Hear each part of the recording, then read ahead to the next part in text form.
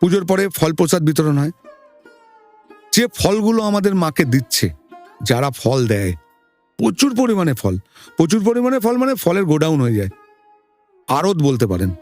আমরা কি করি, পুজোর পরের দিন তার পরের দিন সব ফল নৈহাটি এবং চুচুড়ো, কল্যাণী, আমাদের আশেপাশে যত হসপিটাল আছে আচ্ছা, সব মানুষকে দিয়ে আসি। আপনি জানেন তো, একটা অসুস্থ মানুষ যখন বড় মায়ের ফল পাবে বা কোন ঠাকুরের ফল পাবে, তার মনে যে একটা শান্তি পাবে না, তাতে তো রোগ 50% কমে যায়। মানসিক শান্তি, মানসিক শান্তি যেই পাবে না, তার রোগ 50% কমে যাবে। একদম সঙ্গে আমরা একটা করে ছবি দিই মায়ের, শুভকামনা। শুভকামনায়। এটা হলো। তারপরে আমরা ভোগ ডিস্ট্রিবিউট করে দেবো। রাস্তায় মানুষ ভোগ পাচ্ছে এবং নৈহাটির প্রচুর মানুষকে আমরা ওই দিনকে প্যাকেট করে ভোগ পাঠাই। রাত্রের 9টার সময় আবার পুজো হবে, একটা আরতি। আচ্ছা, সেই সময় শীতল ভোগ হবে। প্রথম দিন থাকবে লুচি,